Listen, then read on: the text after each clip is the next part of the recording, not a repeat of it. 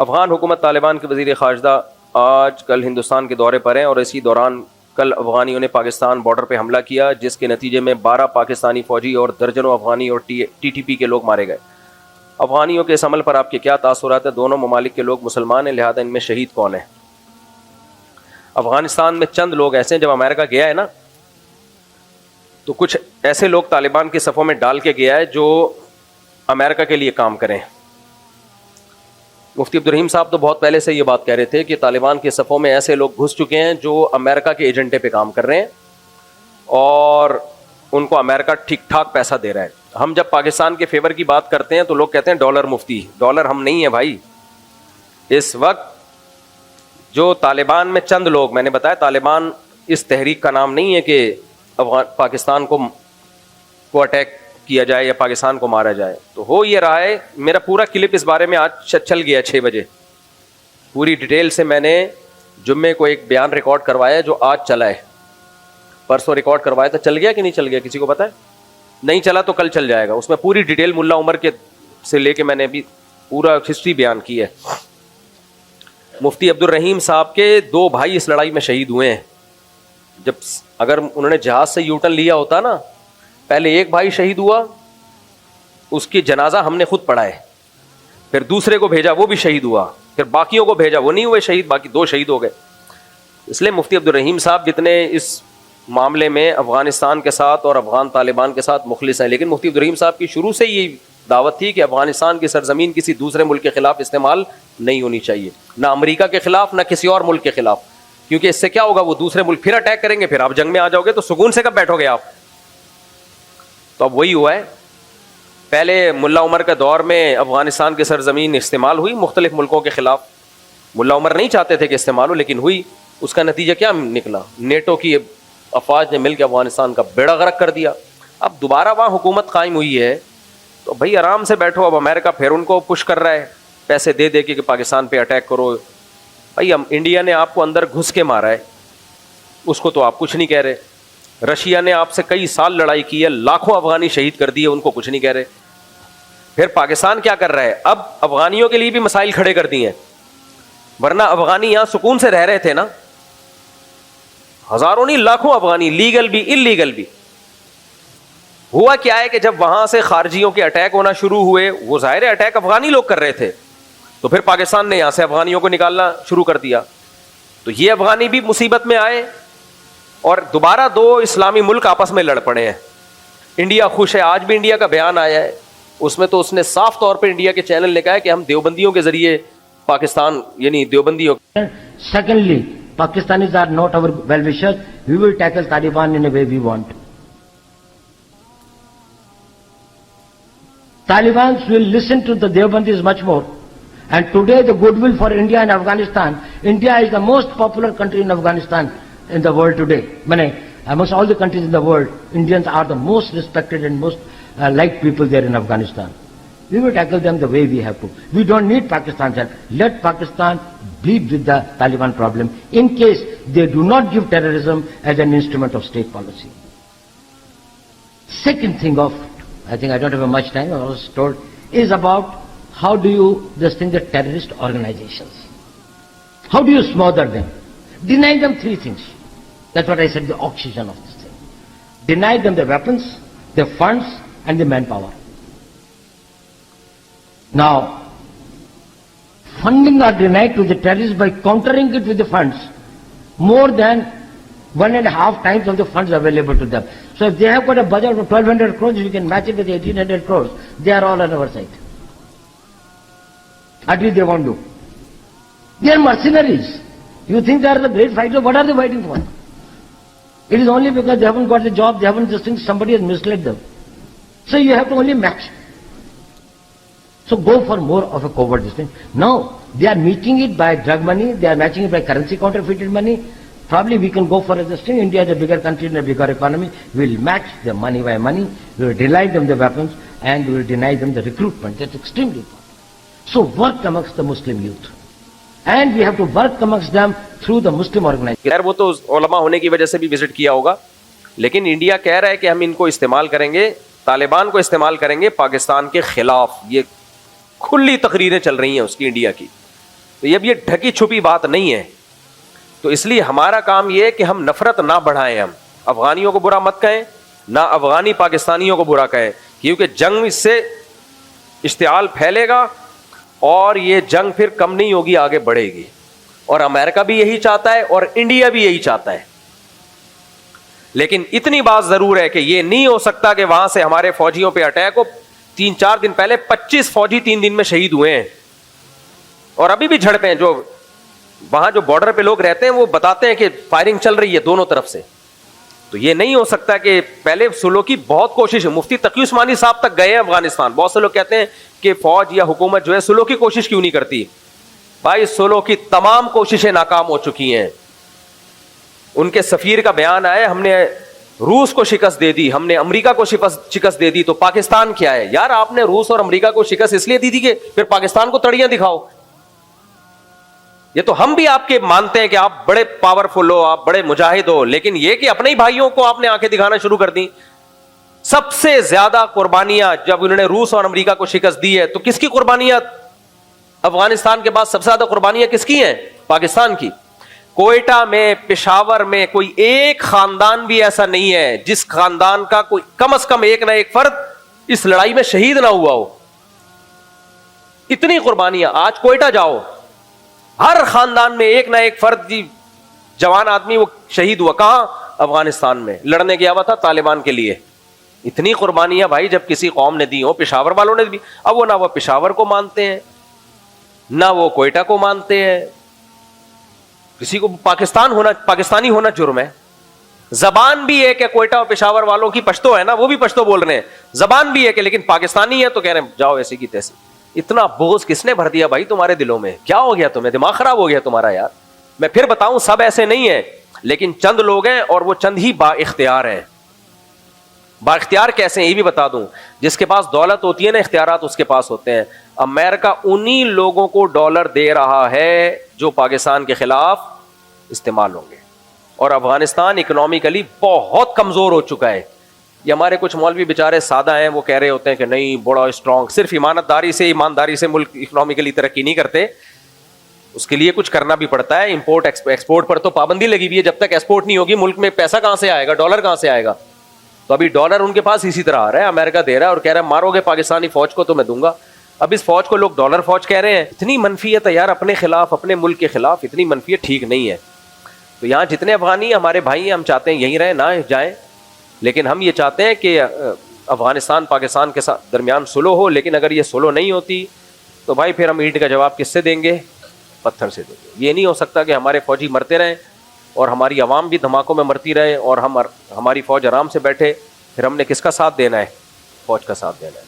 کچھ صحافی ابھی بھی ایسے منفی باتیں کر رہے ہیں, اوٹ پٹانگ قسم کی. ایک آدمی نے, ایک دوست کو میں نے بھیجا کہ یار یہ دیکھو کیا ہو رہا ہے. اس نے کہا یہ ہمارے فوجی کے کرتوت ہیں. کوئی منہ سے کبھی بھی اچھی بات نہیں نکالنا. تو کرتوت ہے تو ٹھیک ہے پھر مار کھاؤ. کرتوت ہے, کیا مطلب کرتوت ہے؟ کہہ رہے افغانیوں کو رکھا کیوں تھا؟ تو بھائی ایک پڑوسی ملک ہے, اس کو پناہ دی. برا کام کیا, اچھا کام کیا؟ اچھا کام کیا. نہ رکھتے تو پوری دنیا میں بدنام ہوتے. یار تمہارے پڑوس میں لڑائی ہو رہی ہے, تم ان کو رکھ نہیں رہے. تو لیکن اب یہ غلط ہو رہا ہے, بالکل غلط ہو رہا ہے. اب تو کھل کے آ گیا. انڈیا دورہ ہوا ہے, اس کے بعد ایمبولینسیں بھی انڈیا نے دی ہیں. کسی نے بڑا اچھا کمنٹس کیا کہ انڈیا نے ایمبولینسیں دے دی ہیں کہ ابھی جیسے ہمارے پائلٹ گرے تھے نا, اب جو تم پاکستان سے لڑو گے وہ بھی مارے گا تمہیں. تو افغانی ہمارے بھائی ہیں, طالبان بھی ہمارے بھائی ہیں. ہم نہیں چاہتے کوئی لڑے پاکستان سے. ہمارے لوگوں نے بڑی قربانیاں دی ہیں. کچھ چیزیں on the record, off the record ہوتی ہیں, کچھ میڈیا پہ بتائی نہیں جا سکتی. کبھی اکیلے میں چھاؤں خوشبو لگا کے آؤ گے تو میں بتاؤں گا کیا کیا لوگوں نے قربانیاں دی ہیں. یہاں سے کن کن شہداء کی لاشیں لوگوں نے اٹھائی ہیں, کتنے علماء شہید ہوئے, کراچی کے کتنے نوجوان شہید ہوئے ہیں. کیا ان کو ڈالر مل رہے تھے وہاں؟ شہادت پہ کیا ملتا ہے یار کسی کو؟ پنجاب کی کتنے نوجوان کٹ گئے وہاں پہ. آپ صلی اللہ علیہ وسلم میدان جنگ میں لڑتے بھی تھے. آپ صلی اللہ علیہ وسلم دشمن کو بعض دفعہ معاف بھی کرتے تھے, لیکن بعض دفعہ انتقام بھی لیتے تھے. تو اس سے پتہ چلتا ہے, جو بار بار میں بات ریپیٹ کر کے سمجھا رہا ہوں, اخلاق صرف کسی سے مسکرا کے بات کرنا نہیں ہے. بعض دفعہ کسی کی گردن اڑانا بھی اخلاق ہوتا ہے, بشرطے کہ اس کی شریعت نے اجازت دی ہو. بعض دفعہ چور کے ہاتھ کاٹنا، یہ خود نہ گردنیں اڑانا شروع کر دیں، یہ گورنمنٹ کا کام ہے. چور کے ہاتھ کاٹنا بھی کیا ہوتا ہے؟ اخلاق. نبی صلی اللہ علیہ وسلم کے دور میں چوری ہوئی، آپ نے ہاتھ کاٹنے کا حکم دیا. تو زید ابن حارثہ رضی اللہ عنہ نبی کے منہ بولے بیٹے تھے اور بہت ہی چہیتے تھے. آپ نے ان کو بیٹا بنایا ہوا تھا. آج کل تو لوگ چاہتے ہیں نا اپنی اولاد 2 سے زیادہ نہ ہو، تو پہلے زمانے میں اپنی بھی ہو رہی ہے، دوسروں کی اولاد کو بھی اپنا بنا لیا جاتا تھا. تو یہ فیملی پلاننگ کی نحوست ہے کہ لوگوں نے انسانوں کو بوجھ سمجھنا شروع کر دیا ہے کہ انسان جو ہے وہ بوجھ ہوتے ہیں، وہ آپ کا خرچہ کراتے ہیں. تو زید ابن حارثہ کو نبی نے کیا بنایا؟ حالانکہ اجمی تھے، غلام تھے، تو ان کو اپنا بیٹا بنا لیا. وہ بے پناہ محبت نبی ان سے کیا کرتے تھے. حالانکہ بھائی عرب تو ویسے بھی اجمیوں سے محبت اکثر آج بھی نہیں کرتے، تو پہلے کیا حال ہوتا ہوگا. آپ بھی جاؤ نا، کوئی اجمی آئے تو وہ زیادہ لفٹ نہیں کراتے اس کو، اللہ ماشاء اللہ جو دیندار ہیں وہ الگ بات ہے. تو نبی صلی اللہ علیہ وسلم کے یہ اخلاق تھے کہ آپ صلی اللہ علیہ وسلم نے ایک عجمی کو جو کہ غلام تھے ان کو بیٹا بھی بنایا. اتنا بڑا شرف کہ بیٹا بنا دیا. بھائی کچھ خادم کے طور پہ رکھ لیتے ہیں، بھائی ملازم کے طور پہ رکھ لیتے، پھر عزت دیتے. نہ بیٹا بنانے میں جو عزت ہوتی ہے وہ کہیں بھی اس سے زیادہ تو عزت ہے ہی نہیں نا کوئی. بیٹا بنایا اور ایسا اتنی محبت دی ان کو، اتنی محبت دی کہ جو ان کے والدین کو جب پتہ چلا نا کہ ہمارا بیٹا یہاں پایا جاتا ہے تو وہ لینے کے لیے آئے. پہلے زمانے میں ایسا ہوتا تھا کہ کوئی ان نون پرسن آپ کے علاقے میں آ گیا نا، کوئی پاسپورٹ ویزا تو ہے نہیں، تو غلام بنا لیا جاتا تھا. آج کل حکومت قتل کر دیتی ہے، جیل میں ڈالتی ہے. آپ اللیگل کسی ملک چلے جائیں تو حکومت کو رائٹ ہوتا ہے بھائی وہ جان سے بھی مار سکتے ہیں. تو پہلے زمانے میں جان سے مارنے کے بجائے کیا کرتے تھے؟ غلام بنا لو اس کو.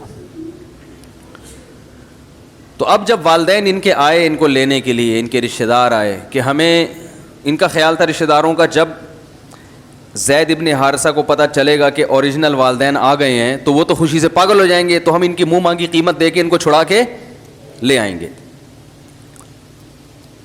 تو وہ حیران ہو گئے کہ جب انہوں نے زید ابن حارثہ سے پوچھا تو انہوں نے کہا میں تمہارے ساتھ جانے کے لیے تیار نہیں ہوں. یہ ہیں انک لعلی خلق عظیم، بہترین اخلاق، کہ وہ نبی کے پاس رہ کر ان کو نبی سے اتنی محبت ہو گئی کہ میں یہیں رہوں گا، میں واپس جانے کے لیے تیار نہیں ہوں. ایک طرف اخلاق کا یہ عالم ہے. اب رسول اللہ صلی اللہ علیہ وسلم کے دور میں چوری ہوئی تو لوگوں نے کہا بھائی سفارش کرو، یہ تو بڑے خاندان کا آدمی ہے، یہ عورت تھی کہ اس کا ہاتھ کٹ گیا تو مسئلہ ہو جائے گا، تو اب نبی سے سفارش کرے گا کون؟ کسی نے کہا بھائی حب رسول اللہ، نبی کے سب سے چہیتے تو زید ابن حارثہ ہیں، ان سے کہہ دو، وہ کر دیں گے تو نبی مان جائیں گے. جیسے لاڈلا ہوتا ہے نا بچہ کوئی، بھائی لاڈلے کی بات کون رد کرتا ہے؟ زید ابن حارثہ نے شکایت کی کہ یا رسول اللہ لوگ کہہ رہے ہیں آپ تھوڑی رعایت کر لیں، ان کا ہاتھ نہ کاٹیں. آپ صلی اللہ علیہ وسلم غضبناک ہوئے، فرمایا اللہ کی قسم اگر فاطمہ بنت محمد بھی چوری کرتی صلی اللہ علیہ وسلم لسرقتها، تو میں اس کا ہاتھ بھی کاٹ ڈالتا. اور آپ نے چور کا ہاتھ کاٹنے کا حکم دیا. ایک طرف اخلاق ایسے ہیں کہ غلام آپ کے پاس رہنے کو ترجیح دے رہا ہے، اپنے والدین کو ترجیح نہیں دے رہا.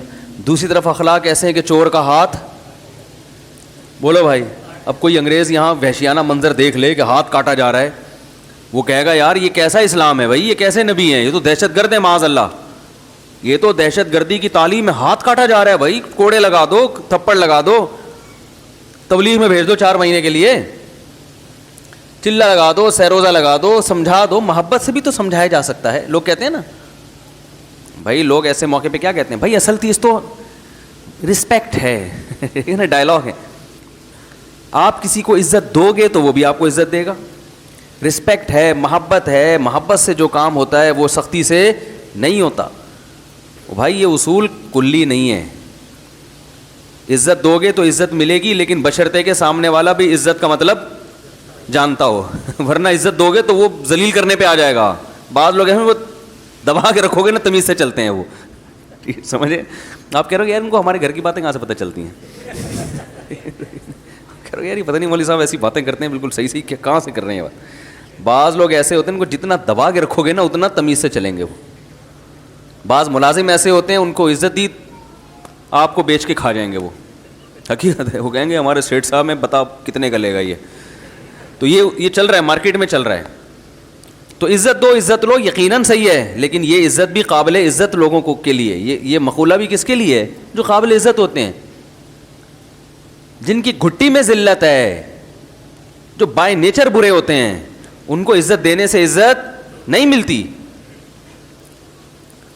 تو رسول اللہ صلی اللہ علیہ وسلم کے ایک طرف اخلاق کہ زید ابن حارثہ جانے کے لیے تیار نہیں ہے, دوسری طرف چور کا ہاتھ تو بہرحال کاٹنا ہے. آپ کہہ سکتے ہیں بھائی یہ تو اس لیے کاٹ رہے تھے کہ اللہ کا حکم ہے, مجبور تھے, تو اللہ کے حکم کے سامنے تو کوئی کچھ نہیں کر سکتا. واقعی ایسا ہی ہے کہ اصل میں اللہ کا حکم تھا چور کا ہاتھ کاٹو, قرآن کی آیتیں ہیں. لیکن سوال یہ پیدا ہوتا ہے تو پھر کیا اللہ نے بد اخلاقی کا حکم دیا؟ اللہ نے دہشت گردی کا حکم دیا کہ چور کا ہاتھ کاٹو؟ اللہ ظالم ہے؟ بھائی نبی کے اخلاق بہت اچھے, مگر نبی کی صفات اللہ سے آگے تو نہیں ہے نا, نبی کی رحمت اللہ سے زیادہ تو نہیں ہے نا بھائی. اللہ تو سب سے زیادہ رحیم ہے.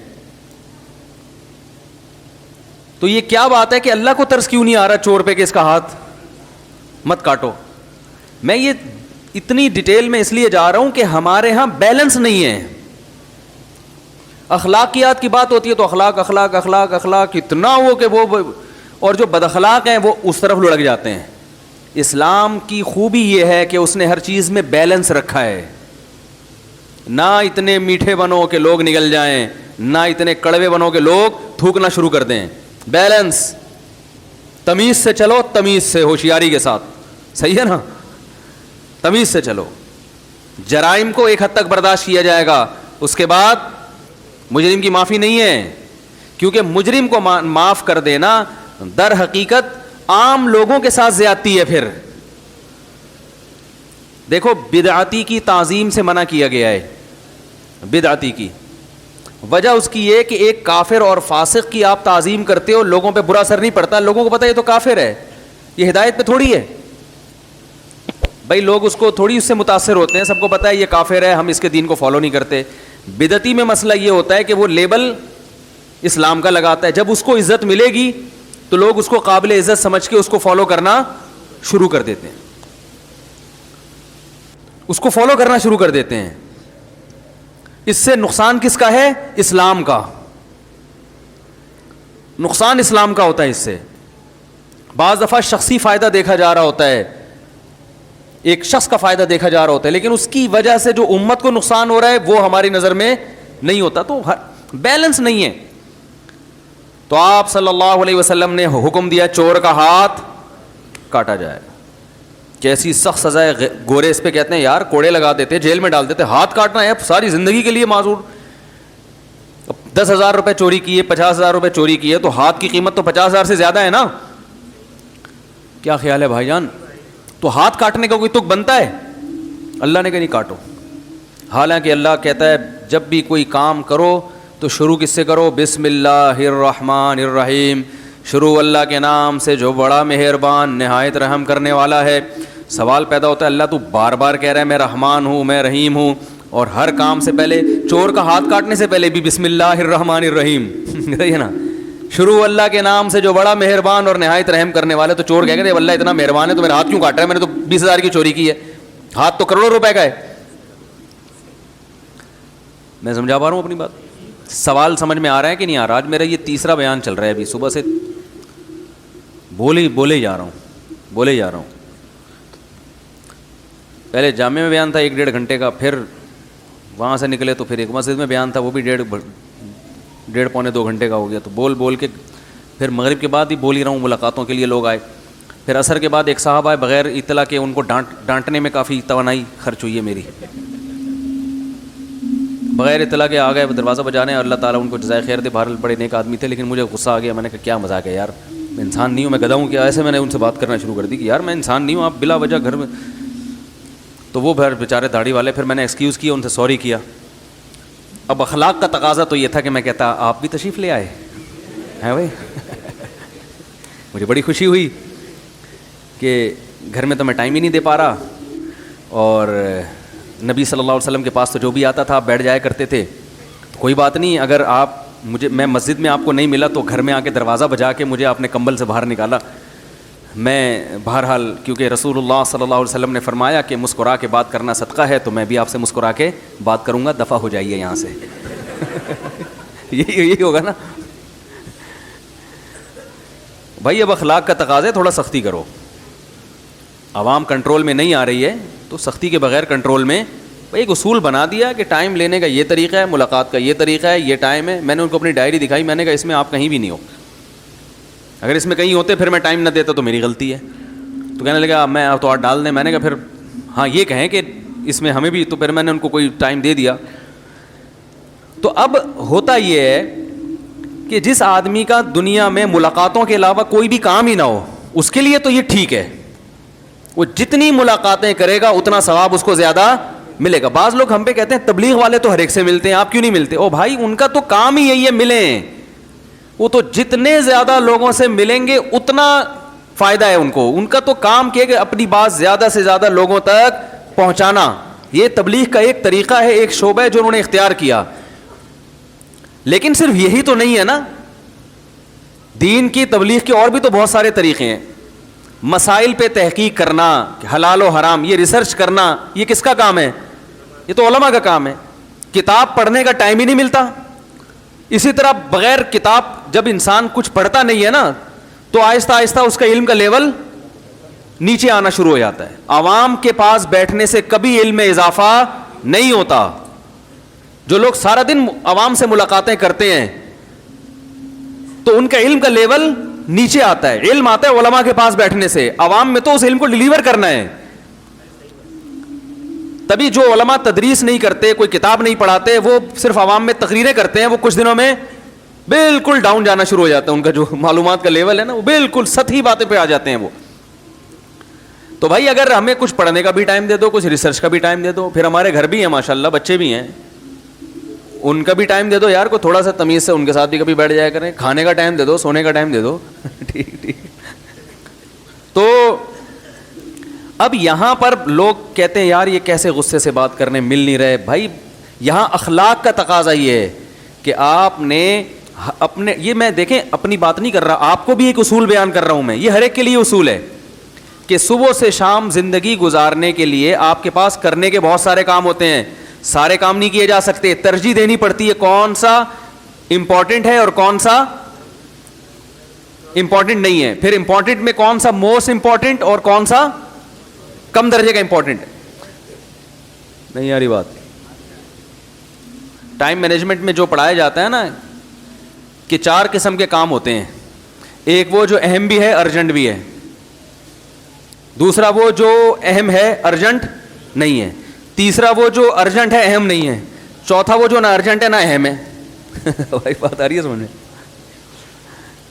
بھائی 4 قسم کے, جب دن بھر جتنے کام کرتے ہیں وہ 4 حصوں میں ڈیوائیڈ ہوتے ہیں, اہم اور ارجنٹ. اہم کا مطلب, اب اہم کی ڈیفینیشن بڑی مشکل ہے.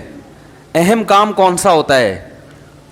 یہ بڑی اہم, دیکھو آپ کسی سے پوچھو نا اہم کام کسی کہتے ہیں بہت اہم بات ہے, آپ اس کو سمجھ میں آ جائے تو زندگی بن جائے گی انشاءاللہ. اہم کام کی ڈیفینیشن کیا ہے؟ آپ کسی سے پوچھیں اہم کسے کہتے ہیں, اس کو نہیں پتا ہوگا. وہ کہے گا جو بہت اہم ہو. وہ کیا کہے گا؟ جو ویری امپورٹنٹ. اور بھائی تو انگلش میں اہم کو امپورٹنٹ کہتے ہیں, اردو میں اہم کہتے ہیں, عربی میں اہم کہتے ہیں. تو یہ تو نیا ہوا ہے نا. ڈیفینیشن کیا کہہ رہے؟ جو میرے لیے بہت اہم ہو. او بھائی کیا ہے تیرے لیے, کیا اہم ہے؟ کہہ رہے ہیں بھائی مختلف وقتوں میں کبھی کھانا اہم ہے, کبھی واش روم میں جانا اہم ہے. تو یاد رکھو اہم کی ڈیفینیشن یہ ہے کہ آپ کا کوئی ویژن ہوتا ہے نا, جو چیز آپ کو آپ کے ویژن کی طرف لے جانے والی ہے, ہر وہ کام جو آپ کو آپ کے ویژن کی طرف لے جانے والا ہے وہ اہم ہے, اور جو کام آپ کو آپ کے ویژن سے دور کر رہا ہے وہ غیر اہم ہے. آپ کا ویژن ہے لاہور پہنچنا, کراچی سے آپ ٹرین میں بیٹھے یا گاڑی میں بیٹھے کہاں جا رہے ہیں؟ ویژن کیا ہے, منزل کیا ہے؟ لاہور.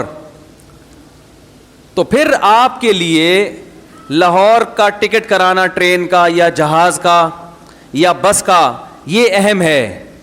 سمجھ میں آ رہی ہے بات؟ اور ایک آدمی جس نے جانا کوئٹہ ہے, اس کے لیے لاہور کا ٹکٹ کرانا یا آپ کے ٹکٹ میں دلچسپی لینا کہ کہاں کا تو کہاں جا رہا ہے یا اس میں دلچسپی لینا تو نے کہاں کا ٹکٹ کرایا, کتنے کا کرایا, یہ کیا ہے؟ ٹائم ویسٹنگ ہے نا غیر اہم ہے. او بھائی تو نے جدھر جانا ہے تو ادھر کی فکر کرنا. کیا خیال ہے؟ تو ہر آدمی کا ایک ویژن ہوتا ہے, ایک ہدف ہوتا ہے, میں نے یہاں پہنچنا ہے. تو ہر وہ چیز جو اس کو ہدف تک پہنچانے والی ہوگی وہ کیا کہلائے گی؟ اہم کہلائے گی. جو اس کے ہدف سے روکنے والی ہوگی وہ غیر اہم, یا ہدف تک نہ پہنچائے, روکنے والی بھی نہ ہو, وہ سب غیر اہم ہے. اور ارجنٹ کا مطلب یہ ہوتا ہے کہ بھائی ابھی نہیں ہوا تو بعد میں نہیں ہوگا, ابھی نہیں ہوا تو بعد میں, یہ میں دیسی سٹائل میں سمجھا رہا ہوں, ابھی نہیں ہوا تو بعد میں نہیں ہو سکتا. ہم یہ کہتے ہیں کہ جو کام ابھی نہیں ہوا بعد میں نہیں ہو سکتا, لہذا کر لو ابھی. تو بھائی اگر بعد میں نہیں ہوا تو کیا ہو جائے گا؟ یہ دیکھو کہ اہم بھی ہے یا نہیں ہے. سمجھ آ رہی ہے بات؟ بھائی جو کام ابھی نہیں ہوا, جیسے گٹکے کی دکان بند ہو جائے گی, ابھی نہیں ملا تو بند ہونے دو. یہ آپ کے لیے ارجنٹ تو ہے لیکن امپورٹنٹ بولو لا بھائی نہیں ہے. تو ہم ارجنسی کو دیکھ رہے ہوتے ہیں کہ یار ابھی نہیں ہوا تو بعد میں نہیں ہوگا تو بس کر لو. بھائی ابھی نہیں ہوا تو بعد میں نہیں ہوگا یہ نہ دیکھو, یہ دیکھو یہ کرنے کا کام ہے بھی کہ نہیں, امپورٹنٹ بھی ہے یا نہیں ہے. پھر امپورٹنٹ میں یہ دیکھو کہ جو ارجنٹ ہے ان کو پہلے نمٹاؤ, جو ارجنٹ نہیں ہے ان کو بعد میں نمٹا دو, اور جو ارجنٹ بھی نہیں ہے امپورٹنٹ بھی نہیں ہے ان کو ایک طرف رکھو. تو اب اس اصول پر پھر جو امپورٹنٹ ہے اس میں موسٹ امپورٹنٹ کون سا ہے؟ تو دیکھو ہمارا بھی ایک ہدف ہے, ایک ویژن ہے, ایک ہدف ہم نے بنایا ہے, بھائی یہ بھی پڑھنا ہے, یہ پڑھانا ہے, یہ اسٹوڈیو کے لیے یہ مسائل ریکارڈ کروانے. اختلافی مسائل میں نے کہا تھا ریکارڈ کرواؤں گا, ان کے مجھے ٹائم ہی نہیں مل رہا. بہت سارے اختلافی مسائل ہیں جن میں بڑا امت میں فرقواریت پھیلائی گئی ہے. میں نے کہا ایک ایک حدیث کو سامنے رکھ کر پورا حوالہ, کتاب لے کے بیٹھو, دروازہ بجا رہا ہے کوئی, جی وہ مسئلہ یہ ہے کہ جی وہ میں آپ سے بہت ضروری کام سے ملنے آیا ہوں. بھائی جان میں نہیں مل سکتا. نہیں آپ نے تو ملنا ہے. بھائی دیکھیں اب مسئلہ یہ ہوتا ہے, دوسرے علماء جتنے ہیں ان کا تو لوگوں کو پتہ ہی نہیں ہوتا وہ ہیں کہاں. میں تو رہتا ہوں بھائی یہاں پہ, تو سب کو پتہ ہی ہے ان کا گھر ہے, یہ والا ہے, پتہ نہیں, یہ تھوڑے سے کنفیوز ہوتے ہیں کہ یہ والا ہے کہ وہ والا ہے. تو وہ کنفیوژن 2-3 دن کی تحقیق میں دور ہو جاتی ہے نا ان کی, تو پھر وہ دروازہ بجا کے وہ پھر پکڑائی میں آ جاتے ہیں ہم لوگ. تو اب اصول یہ ہے کہ دیکھو اپنا بھی یہ اصول بنائیں. دیکھو میں نے ابھی سعید انور کو فون کیا ایک شادی میں دعوت کے لیے, پرسوں کی بات ہے, ہمارے ایک دوست ہیں ان کے بیٹے کا ولیمہ ہے. تو میں نے سعید انور کو فون کیا, میں نے کہا وہ سفارش کر رہے ہیں میرے ذریعے سے آپ ان کی دعوت میں آ جائیں. انہوں نے کہا میں 9 بجے کے بعد سو جاتا ہوں, زمین آسمان ادھر سو جائے میں نہیں جاتا, اللہ یہ کہ کوئی قریبی رشتہ دار ہو جس کی رشتہ داری ٹوٹنے کا خطرہ ہو. تو مجھے غصہ آنا چاہیے تھا, کیا خیال ہے؟ مجھے آنا چاہیے یار میں مفتی طارق مسعود آپ کو بول رہا ہوں آپ ولیمے میں آؤ یار, اور آپ بول رہے ہو میں سو جاتا ہوں. میں نے نا ایسے ویلڈن 3-4 انگوٹھے بھیج دیے. میں نے کہا یہ ہٹو بچوں آدمی ہے, زندہ آباد ایسا ہی ہونا چاہیے انسان کو, ورنہ دنیا میں کسی کام کا جو بھی جہاں اٹھا کے جا رہا ہے 3 بجے لے جا رہا ہے پراٹھے کھلانے کے لیے, 3 بجے نکل لیے, اس کے ساتھ 4 بجے لے جا رہا ہے کہ جی دوستی یاری میں تو چاروں دوستوں کو خوش کرتے رہو, ایک دھماکے کے ساتھ پھٹ کے ہلاک ہو جاؤ کچھ دنوں کے بعد. یہی ہوگا نا. اب جو 12 بجے ولیمہ کھائے گا اور کھا بھی کیا رہا ہے, نان قورمے کے ساتھ, گھی پورا جمنے والا نسوں میں. اس وقت تو دال چاول بھی کھاؤ گے تو ہضم نہیں ہوگا 12 بجے, اور آپ نان جو ہے نا میدے کا بنا ہوا نان وہ قورمے میں, یا بریانی گھی والی وہ پھر بیف کی اور اس میں چربی اور اس میں یہ ساری چیزیں 12 بجے کھا کے گھر آتے ہی سو جاؤ گے. تو وہ جو دوست ہے وہ تو خوش ہو جائے گا ماشاءاللہ ولیمے میں انہوں نے شرکت کی, جی السلام علیکم. تھوڑے دنوں میں جب ایمبولینس جو ہے نا وہ ٹینی نانا کرتے ہوئے آپ کو لے کے جا رہی ہوگی نا, تو وہ دوست کچھ بھی نہیں کرے گا آپ کے لیے. وہ یہ بھی نہیں کہے گا یار یہ میری دعوت کھانے سے اس کا یہ حشر ہوا ہے. صحیح ہے نا. تو میں نے کہا آدمی ایسا ہی ہونا چاہیے بھائی, ایک اصول بنا دیا 9 بجے کے بعد ہم کہیں نہیں جاتے. انہوں نے کہا میں نہیں جاتا 9 بجے کے بعد, الا یہ کہ رشتہ داری تو پھر ایک الگ چیز ہے, کوئی قریبی بہت ہی رشتہ ہو جو رشتہ داری ٹوٹنے کا خطرہ ہو پھر ایک الگ بات ہے, نہیں جاتے. تو میں ناراض نہیں ہوا, میں نے کہا ایسا ہی ہونا چاہیے بھائی, ایسے ہی بندے مارکیٹ سے کیا ہیں, شارٹ ہیں. اگر سب یہ کرنا شروع ہو جائیں تو لوگ اپنے ولیمے کی سیٹنگ چینج کر دیں گے. بھائی 9 بجے 8 بجے کھانا ہوگا, صحیح ہے نا, کیونکہ کوئی آتا ہی نہیں 9 کے بعد, یا دوپہر کو. انہوں نے کہا اگر کوئی میرا بہت ہی چہیتا ہے نا جو چاہتا ہے کہ سعید انور نے لازمی آنا ہے, تو پھر وہ دوپہر کو ولیمہ کرتا ہے میرے لیے کہ یار سعید انور کو لازمی بلانا ہے, ہم ولیمہ کب کریں گے, دوپہر کو کریں گے. میں نے کہا یار یہ ہٹو بچوں ہو گیا استاد. لیکن مصیبت ہمارے ساتھ یہی ہے کہ ہم اخلاق کے مارے ہوئے ہیں نا. میں اگر کہوں گا تو یار یہ مفتی صاحب ہو کے, جناب مفتی صاحب ہو کے ایسی باتیں کر رہے ہیں یار, تو وہی ہے ایک دن مفتی صاحب 12 بجے شادی سے آ رہے ہوں گے ٹھیک ہے نا, اور جی مفتی صاحب کا بیان, مفتی صاحب تھے مفتی صاحب ہوا کرتے تھے, قورمے کی نظر ہو گئے بیچارے. تو آدمی کو ان چیزوں میں مضبوط ہونا پڑتا ہے, مضبوط. وجہ اس کی یہ کہ آپ نے پہلے یہ دیکھنا ہے, دیکھو تبلیغ میرا بھی ویژن ہے کہ دین پوری دنیا میں غالب ہو جائے, لیکن میرا جو طریقہ ہوگا وہ ایک دوسرے کا طریقہ الگ ہوگا, میرا الگ ہوگا, کسی اور کا الگ. ہر آدمی کا الگ طریقہ ہوتا ہے. کسی کا طریقہ یہ کہ اس نے لوگوں سے مل کے سب کو سمجھانا ہے, تو اس کے لیے تو جتنی وہ تو چاہیے کہ جو نہیں ملاقات کر رہا اس کے گھر پہ جا کے نکالے, بھائی جان کیوں نہیں ملاقات کر رہے آپ, اور وہ بالکل ٹھیک ہے ان کے لیے. لیکن جس کا کام علمی بھی ہو, اس نے ریسرچ بھی کرنی ہو, تحقیق بھی کرنی ہو, اس کے بیانات کا سیٹ اپ بھی ہو, بچے بھی پالنے ہو, گھر بھی چلانا ہو, اور لوفری بھی کرنی ہو, جائز لوفری جو ہے نا, اس کو مضبوط ہونا پڑے گا, اس کو غصہ بھی کرنا پڑے گا. بھائی جان جو ٹائم بتا دیا آؤ, نہیں تو پتلی گلی سے نکل جاؤ. اب آپ جا کے میرے خلاف کلپ بناؤ, یہ بد اخلاق ہے, وہ کلپ میں افورڈ کر لوں گا, لیکن میں لوگوں کی لائن اپنے گھر کے باہر برداشت نہیں کر پاتا. میں تو ایک دفعہ کئی سال پہلے بیمار ہو گیا تھا, اور اپنی حماقت سے بیمار ہوا تھا. تو کئی سالوں کے بعد نا, میرا خیال ہے 25-30 سال کے بعد مجھے کوئی بخار ہوا ہوگا. اللہ نے الحمدللہ مجھے اس سے, بچپن میں ڈاکٹر اچھا مل گیا تھا, وہ اینٹی بایوٹک نکلاتے تھے, تو ریزسٹنٹ پاور بڑھ گئی تھی نا, بخار نہیں ہوتا تھا, بڑی بڑی بیماریاں آتی ہیں لوگوں, مجھے نہیں الحمدللہ ہوتا. تو وہ ہو گیا, تو میں بیمار پڑ گیا. میں نے لوگوں سے بتایا, کسی کو بتانا نہیں کہ میری طبیعت خراب ہے, کیونکہ پھر جو لوگ محبت میں آتے ہیں نا عیادت کے لیے, بیٹھے رہیں گے, ابے جاؤ نا, جا کے کام کرو یار اپنا, بھائی جاؤ یار, کیوں دروازے بجا بجا کے خیریت پوچھ رہے ہو. جو بہت ہی قریبی, جس سے انسان بے تکلف ہوتا ہے, خوب اچھی گپ شپ ہو, ابے تبے سے بات کرتا ہے, وہ تو ٹھیک ہے, آئے بیٹھے گپ شپ لگائے. ہر آدمی ادھر سے بھی فون, ادھر سے بھی فون, ادھر سے بھی فون. حتیٰ کہ اللہ تعالیٰ میری والدہ کی مغفرت فرمائے, 2 سال پہلے ان کا انتقال ہوا, میں نے کسی کو کانوں کان خبر بھی نہیں ہونے دی. بیمار تھی, 2 سال سے بیڈ پہ تھی, نہیں خبر ہونے دی. انتقال ہوا, اللہ ان کی مغفرت فرمائے. جو ہم ٹوٹی پھوٹی خدمت کر سکتے تھے کہ ہمیں افسوس ہوا, آنسو بہے ہمارے. ماں تو ماں ہوتی ہے, آپ کو پتہ ہے, اس کا تو کوئی آلٹرنیٹ, گھوڑا ایک پہاڑ گرا تھا غم کا. چپکے سے ان کو لے جا کے میں نے دفنایا. یہاں بھی منع کر دیا, اعلان نہیں کرنا بھائی, میں نہیں برداشت کر سکتا. جو تعزیت کرنے والوں کی لائنیں لگیں گی, اور وہ جو سارا دن بیٹھ کے تسلی کے جملے, وہ بھائی بڑا غم ہوا, اچھا آپ کو غم ہوا, بہت افسوس ہوا, بھائی کیا کروں, اب کیا کرنا ہے, اب بتاؤ بھائی, وہ ہوا تو وہ ہوا, تو وہ تکلف میں ٹائم ویسٹنگ. بھائی میں نے کہا بعد میں جب ٹائم گزر جائے گا, لوگوں سے کہہ دوں گا بھائی دعا کر لو ان کے لیے, وہ ٹائم گزر چکا ہوگا. تو اب پتہ نہیں میں نے صحیح کیا غلط کیا, یہ تو علماء ہی بتائیں گے. مجھے ایسا لگ رہا تھا میں نے صحیح کیا, کہ بھائی میں نہیں برداشت کر سکتا لوگوں کا ہجوم, اور لوگوں کی جو فون اور کالیں اور تعزیت کے پیغامات, اتنی بھرمار ہوتی ہے کہ کسی کام کا نہیں رہتا انسان.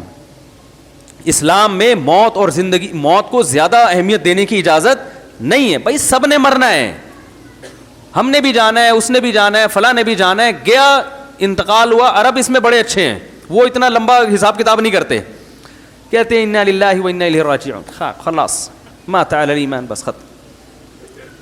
ایسے جو لوگ سعودی عرب رہے ہیں وہ جانتے ہیں, وہ زیادہ نہیں, وہ تمبو ومبو لگ رہے اور یہ آ رہے ہیں, اور پھر وہ دعائے خیر تے خیر لاغ لے تو خوشا خلب خار, پھر وہ آیا, پھر دوسرا آیا دعائے خیر. آپ تو کوئٹہ کے ہیں نا, کتنی لمبی دعائیں خیریں کی چلتی ہیں نا.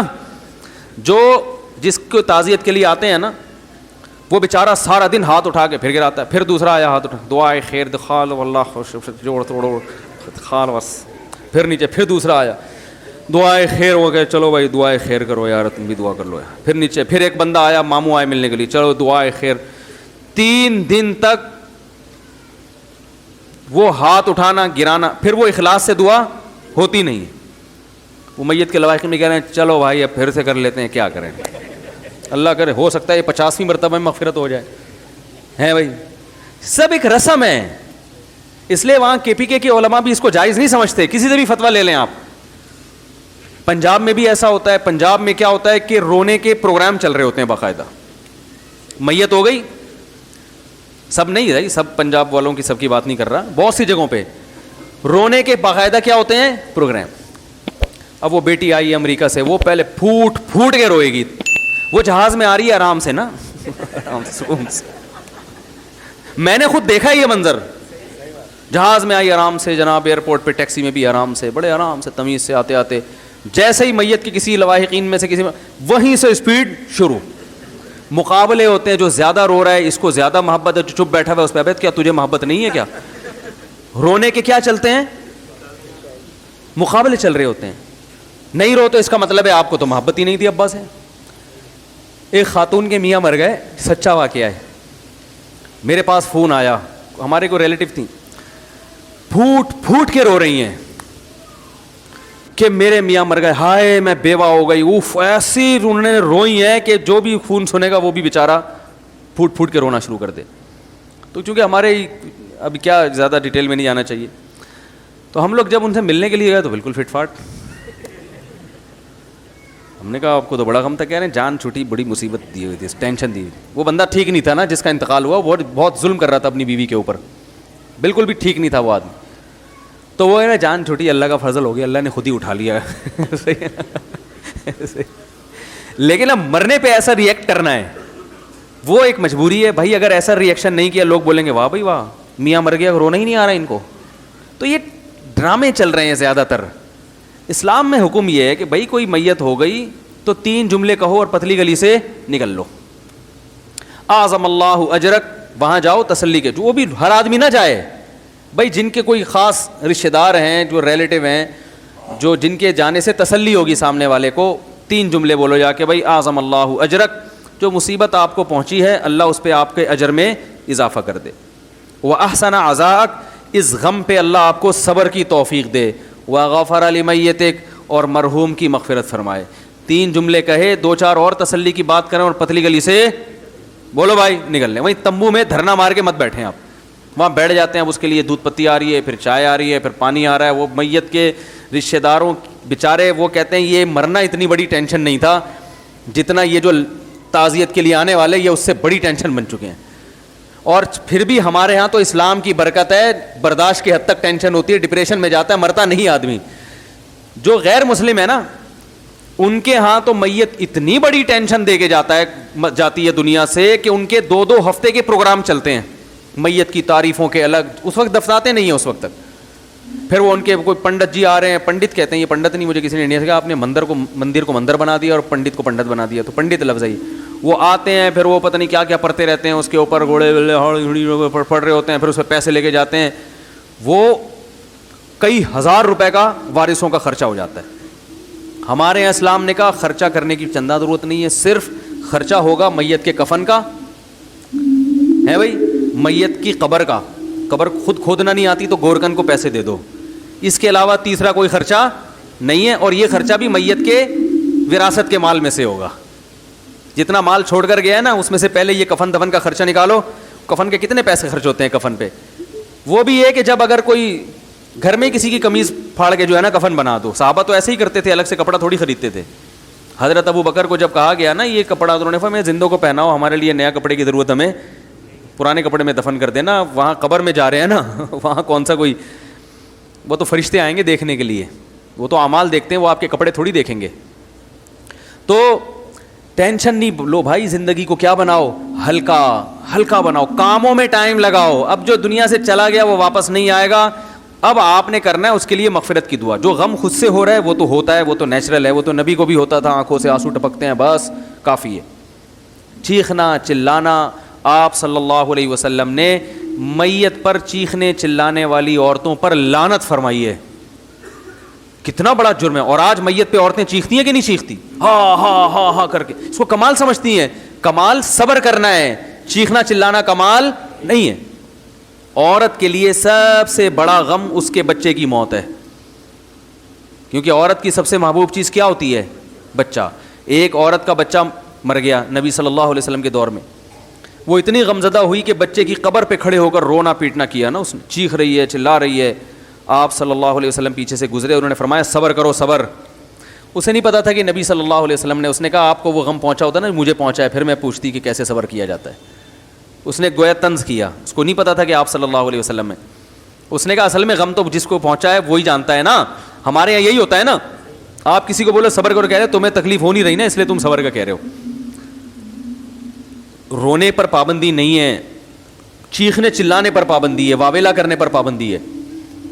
تو وہ صحابیہ کو کسی نے بتایا کہ تو رسول اللہ صلی اللہ علیہ وسلم ہے, تو وہ فوراً پریشان ہو کے گئیں اور نبی صلی اللہ علیہ وسلم کے پاس آ کے کہنے لگی میں اب صبر کروں گی. آپ نے فرمایا انما الصبر عند الصدمۃ الاولیٰ, جب صدمہ پہنچتا ہے نا اس وقت صبر کی فضیلت ہے, بعد میں تو سب کو صبر بعد میں تو سب کو صبر آ جاتا ہے, کون ساری زندگی بیٹھ کے کون روتا ہے. تو کہاں سے کہاں بات چلی گئی بھائی, بات کیا شروع ہوئی تھی یار, کدھر تو بات یہ ہو رہی تھی کہ بھائی ہر چیز کا ایک طریقہ ہوتا ہے. اب وہ سعید انور کا میں واقعہ بتا رہا تھا. اب بظاہر تو وہ بد اخلاقی ہے نا کہ میں 9 بجے کے بعد نہیں آؤں گا, لیکن یہ اخلاق ہیں. اخلاق میں سب سے پہلے اپنے آپ کے ساتھ اچھا سلوک کرو نا بھائی. دوستوں کے چکر میں اپنا بیڑا غرق کیا ہوا ہے, اپنی نہ نیند ہو رہی ہے نہ کھانا ہو رہا ہے ڈھنگ سے, نہ ٹائم. جو رات کو دیر سے سوئے گا وہ تہجد کے لیے اٹھے گا, وہ تو فجر کے لیے اٹھنا مشکل. جو 1-2 بجے تک شادیوں سے آتے ہیں تو آپ کیا سمجھتے ہیں فجر پڑھ لیتے ہوں گے؟ بہت مشکل ہے فجر کے لیے اٹھنا ایسی صورت میں, اور تہجد کہاں پڑے گا وہ آدمی. تو ہمارے نبی صلی اللہ علیہ وسلم, لوگ کہتے ہیں بھائی نبی دعوت نہیں ٹھکرایا کرتے تھے, تو نبی تو تہجد بھی نہیں چھوڑتے تھے. آپ کو دعوت نہ ٹھکرانے والی حدیث یاد ہے, تہجد والی یاد ہے بھائی؟ آپ دعوت قبول کر کے 3 بجے جب رات کو گھر پہ آؤ گے تو تہجد کی سنت زندہ کرو گے؟ نہیں ہوگی سنت. اس لیے اس معاملے میں بھائی پوری قوم کو چینج کرنے کی ضرورت ہے. اعلان کر دیں. ہمارے ایک دوست کا ایک واقعہ بتاتا ہوں, بس پھر اصل موضوع کی طرف آ کے بات سمیٹتا ہوں. ہمارے ایک دوست ہیں, اللہ ان کی عمر میں بہت برکت دے, مجھے بھی بہت کچھ ان سے سیکھنے کو ملا. انہوں نے اپنی شادی میں اعلان کیا کہ کھانا 9 بجے اسٹارٹ ہو جائے گا. کھانا 9 بجے, یہ سیکھیں یہ چیز سیکھنے کی ہے. کھانا 9 بجے اسٹارٹ ہو جائے, ایسی کی تیسی. لوگوں نے کہا ابے سب لکھتے ہیں, کارڈ پہ لکھا ہوگا تو 12 بجے نا. اب ان کی شادی ہے, دلہن بیوٹی پارلر گئی ہوئی ہے, وہ تو 9:30 بجے تو وہ بیوٹی پارلر جاتی ہے. لکھا ہوا ہوتا ہے کھانا 9 بجے, اور دلہن جا کب رہی ہوتی ہے, اور دولہا 11:30 بجے جا رہا ہوتا ہے. اس پہ ڈسٹیمپر ذرا کم لگانا پڑتا ہے نا, تو وہ کہتا ہے لیٹ بھی چلا جاؤں کوئی مسئلہ. سمجھ میں آ رہی ہے بات؟ تو رشتے دار پھر 11:45 بجے آ رہے ہوتے ہیں. ایک عجیب ہی حساب چل رہا ہے. تو کوئی بھی ٹائم کا پابند نہیں ہوتا. انہوں نے پہلے کر دیا کہ 9 بجے ٹائم کی پابندی کی جائے گی, سب کو بتا دیا. تو اب کیا ہوا کہ 9 بجے یہ دولہا بن کے پہنچ گئے شادی ہال میں. ویٹر سے کہا کھانا لگا دو. وہ کہہ رہا کوئی بندہ ہی نہیں ہے تو کہاں سے لگا دوں کھانا. انہوں نے کہا بھائی ہم ٹائم کے پابند ہیں, جس نے آنا ہے نہیں آنا نہیں آئے, کھانا لگ جائے گا, ہم کھا کے چلے جائیں گے. دلہن بھی مارکیٹ سے شارٹ ہے, کمال کی بات یہ ہے. دلہن کیا ہے, وہ بھی نہیں ہے. انہوں نے کہا بھائی ہماری ہیڈک نہیں ہے. ابھی سے عادت, دلہن کو بھی تو عادت ڈالو نا ٹائم کی پابندی کی. بھائی 9 بجے کھانا اسٹارٹ ہو جائے گا. میں یہ نہیں کہہ رہا کہ گھر کو آفس بنا دیں آپ. اب پتہ چلا جا کے پھڈے بیگم 7:03 پہ کھانا چاہیے مجھے, 3 منٹ پہ 4 منٹ ہو گئے, وہ تیش میں آ گئے. وہ یہ گھر میں تو تھوڑا لچک کے ساتھ ہی چلنا پڑتا ہے. اس کے بھی کچھ اصول ہے, ضابطے ہیں, وہ ایک الگ ٹاپک ہے کہ گھر میں اصول کیا ہونا چاہیے. اس میں بھی اتنی بے اصولی نہیں ہے کہ کچھ پتہ ہی نہیں ہے کہ کب کھانا ہونا چاہیے کب سونا ہونا چاہیے, لیکن ایک اس میں وہ بہرحال وہ فوج والا اصول گھر میں نہیں چلتا. اب انہوں نے کیا کیا, 9 بجے کھانا ویٹروں کو بولا لگا دو ایسی کی تیسی. انہوں نے بھائی نہیں یار کوئی بھی نہیں آئے گا. انہوں نے کھانا ضائع ہو جائے گا, ٹھنڈا ہو جائے گا. بھائی ہونے دو. کھانے میں ایسی کشش ہے نا, اس کی خوشبو دلہن کو بیوٹی پارلر میں پہنچ گئی, اس کی خوشبو سالوں کو پہنچ گئی ان کے گھر میں, حالانکہ وہ 20 کلومیٹر دور تھے. کھانا جب اسٹارٹ ہوتا ہے نا تو خبر جنگل میں آگ کی طرح پھیلتی ہے. 9 بجے کھانا اسٹارٹ ہوا, 9:30 بجے پوری پبلک موجود تھی. کھانا ایسی چیز ہے آدمی کمپرومائز نہیں کرتا. بھائی پہنچو یار ایسی کی تیسی. خواتین بھاگ گئیں, ساڑیاں کو چھوڑو, جو شلوار قمیض اور سادہ پجامہ ہے وہ پہن کے بھاگو. کھانا کون چھوڑتا ہے یار. اب سجنے کے چکر میں کھانا ہی بعد میں آ کے کسی اور تقریب میں نمائش کر دیں گے. ابھی کیا کس کو فوکس کرو, کھانا, کیونکہ اب یہ ڈر ہوتا ہے نا نکل جائے گا. بھائی آپ نے لوگوں کو دیکھا پلیٹوں میں کتنا بھرتے ہیں کھانا, حالانکہ ان کو پتا ہوتا ہم کھا نہیں سکتے, لیکن وہ اس لیے بھر رہے ہوتے ہیں کہ یہ جو موٹے اچھے پیس ہیں یہ نکل نہ جائے کہیں ہاتھ سے. یہ ہوس ہے, پتہ ہے نہیں کھا سکتے اتنا, لیکن یار چلو بچ جائے گا نا. ایسا نہ ہو کہ ختم ہو جائے بعد میں جائے ملے ہی نہیں, یا جو لیگ پیس ہے وہ کوئی اور اٹھا کے لے جائے, اور چیسٹ والا ہم کھاتے نہیں ہیں کوئی بھی, یا چیسٹ پیس کوئی لے جائے, ہم لیگ نہیں کھاتے, تو کچھ بھی ہو سکتا ہے. تو وہ کہتے ہیں 9 بجے کا مطلب ہم نے اسٹارٹ کر دیا, اور 9:30 بجے تک پبلک سب پہنچ چکے تھے بھائی, اور کھانا کھا رہے ہیں, وجہ سے انجوائے کر رہے ہیں. ہاں بھائی اور بھائی خیر یہ سب سیٹ ہے. اس کے بعد سب کو پتہ چل گیا کہ ان کے 9 بجے کا مطلب 9 بجے ہی ہوتا ہے. مجھے اس پر اکثر ایک لطیفہ یاد آتا ہے, کئی دفعہ سنا چکا ہوں, لیکن نئے لوگ بھی آتے ہیں نا. ایک آدمی نے کسی کو دعوت دی, یار کبھی ہمارے غریب خانے میں بھی دال روٹی کھا لیا کرو. تو اکثر لوگ کیسے کہتے ہیں نا, ہماری بھی دال, مطلب تو یہ ہوتا ہے جب گھر میں آؤ گے تو اچھا کھلائیں گے نا بھائی, قورمہ کھلائیں گے, بریانی کھلائیں گے, کوئی اچھی چیز کھلائیں گے. لیکن تواضع میں لوگ کہتے ہیں غریب خانے میں دال, کبھی ہماری بھی دال روٹی کھا لیا کرو یار. تو اس چکر میں چلا گیا یار, بھائی دال روٹی کہہ رہا ہے لیکن کھلائے گا تو قورمہ بریانی. چلا گیا وہاں, جا کے دیکھا دال روٹی رکھی ہوئی ہے. تو اتنے میں نا کتا زیادہ بھونک رہا تھا, تو جو میزبان نے کتے سے کہا چپ ہو جا ورنہ تیری ٹانگیں توڑ دوں گا. تو یہ کتے سے کہتا ہے یہ ٹانگیں واقعی توڑے گا تیری. یہ جو بات کہتا ہے اس کا مطلب وہی ہوتا ہے. ہم جب کہتے ہیں ٹانگیں توڑ دے گا تو ایک دھمکی ہوتی ہے نا, ورنہ ٹانگیں کون توڑتا ہے کسی. کہہ رہے چپ ہو جا ورنہ یہ واقعی ٹانگیں توڑے گا. اس کے ہاں مجاز نہیں ہے, حقیقت ہے, سمجھ رہے ہو. تو ہمارے ہاں جب بھی کوئی لفظ بولا جاتا ہے اس کا حقیقی مطلب تو کبھی بھی لیا جاتا ہی نہیں ہے. سب کا 10 بجے ملاقات کا مطلب یہ ہے کہ 12 بجے ہے. میں ولیموں میں کیوں نہیں جا رہا بیان کرنے کے لیے, ایک بڑی وجہ یہ بھی ہے, کئی بار کا تجربہ ہے. میں نے ان سے کہا یار ایک ٹائم دو, اس ٹائم پہ میں بیان شروع کر دوں گا. انہوں نے کہا ٹھیک ہے 10 بجے. میں نے کہا مجھے پتا ہے 10 بجے کا کہہ رہے ہو, بیان 11 بجے ہوگا, تو 11 بجے ہی میں ڈائری میں نوٹ کر لیتا ہوں. سمجھ رہے ہیں نا. نہیں آپ 10:30 کا چلیں کر لیں, چلیں 11:15 کر لیں. میں نے کہا مجھے پتا ہے لوگ نہیں آئیں گے, آپ لوگوں کو جو مرضی کہیں, میں اپنی نوٹ جو کر رہا ہوں 11 بجے پہنچا ہوں, تو 11 بجے بھی لوگ نہیں ہیں. گھر بیٹھے میں یار صوفے پہ چڑھ کے اصول میں انتظار کر رہے ہیں. تو بیان آدھے گھنٹے کا ہوگا, ٹائم اس میں 1.5-2 گھنٹے کا صرف ہوگا.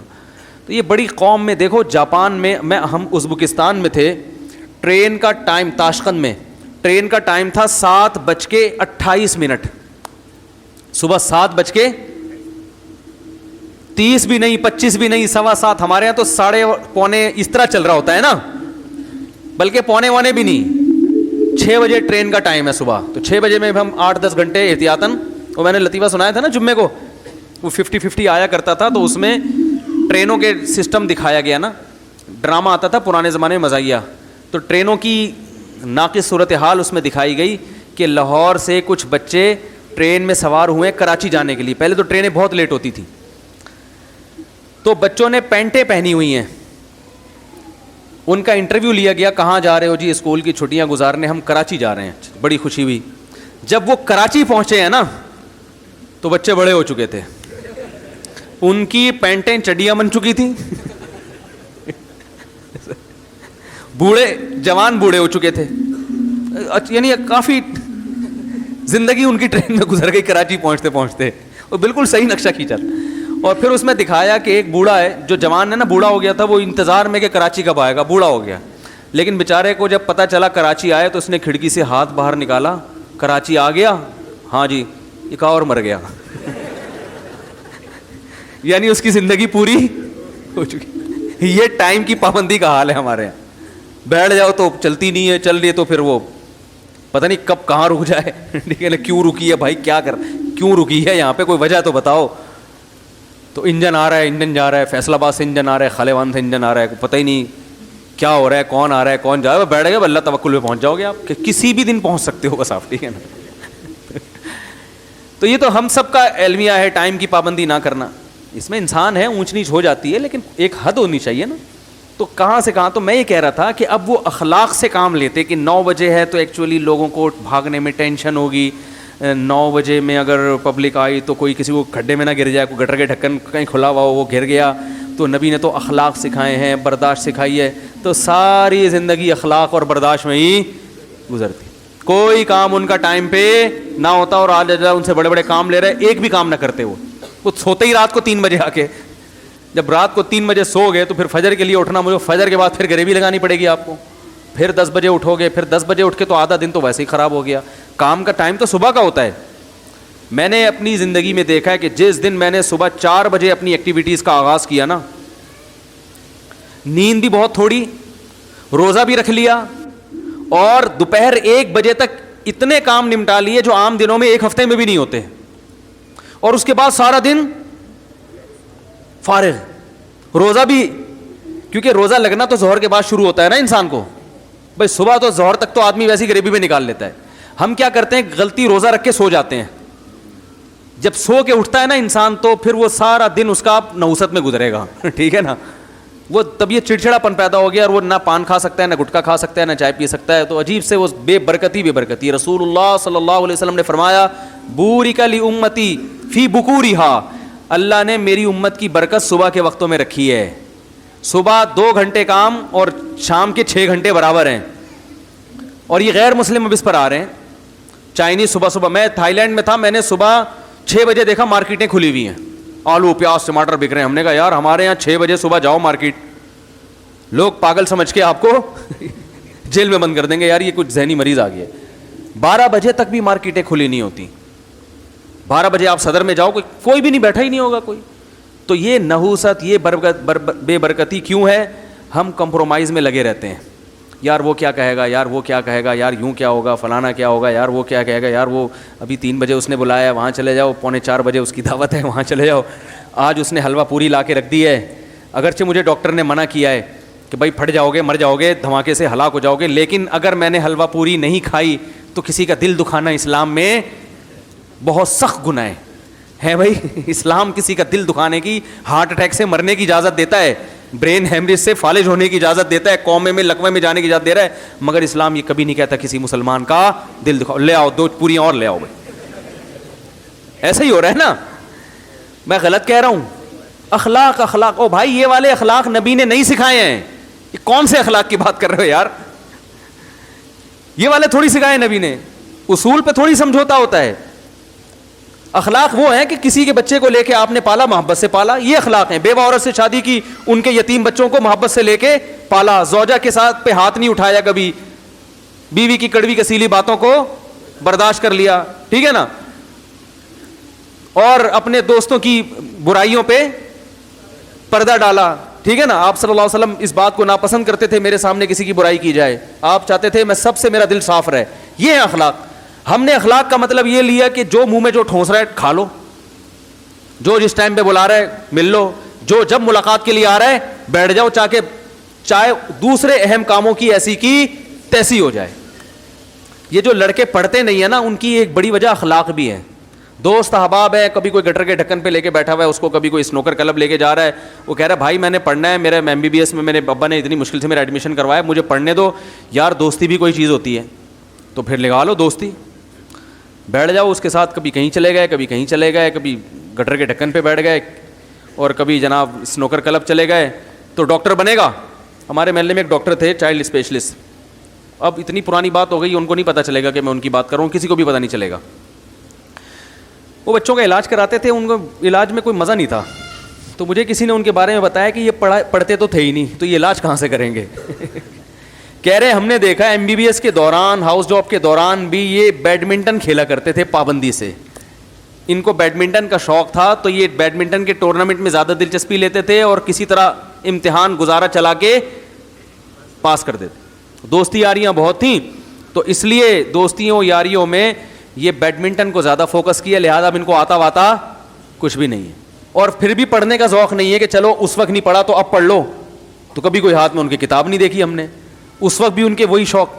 تو یہ میں بھی لو فری کو جائز کہتا ہوں, مگر ایک حد تک نا لمیٹڈ ہونی چاہیے نا, یہ بھائی لمٹ ہونی چاہیے نا اس کی.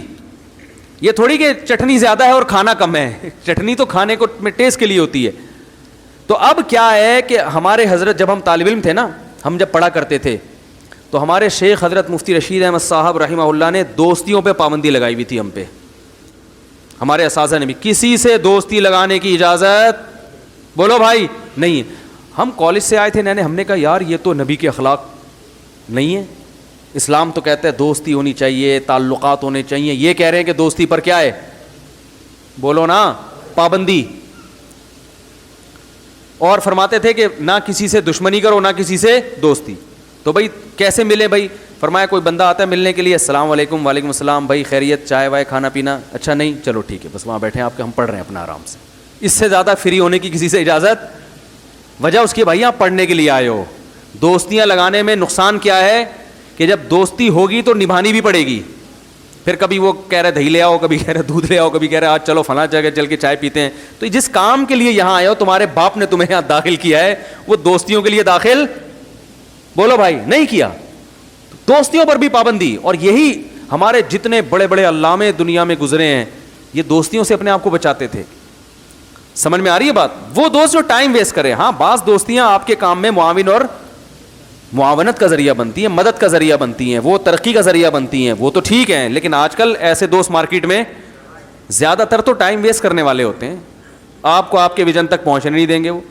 وہ دوستی جو آپ کی ترقی کا ذریعہ بنے, اس کا ویژن بھی وہی ہو جو آپ کا ویژن ہے, وہ دوستی تو اچھی چیز ہے. اس کے علاوہ رشتہ داروں کے ساتھ تو انسان بنا کے رکھے, دوستوں کو زیادہ, معذرت آپ لوگ کے بھی ایک دو دوست بیٹھے ہوئے ہوں گے سب کے ایک دوسرے کے, تو زیادہ فری کرانے کی ضرورت نہیں. ہاں میں نے بتایا وہ دوستی جو دین میں معاونت بنے. اچھا اس میں ایک بات میں یہ بتا دوں, بعض لوگ ایسے ہوتے ہیں کہ وہ میرا بیان سن کے اچھے دوست کو بھی کاٹ دیں گے, دوست لیس ہو جائیں گے, تو پھر وہ اور کوئی ایکٹیویٹی ہے نہیں, تو پھر ان کا خطرہ ہوتا ہے کہ اچھی دوست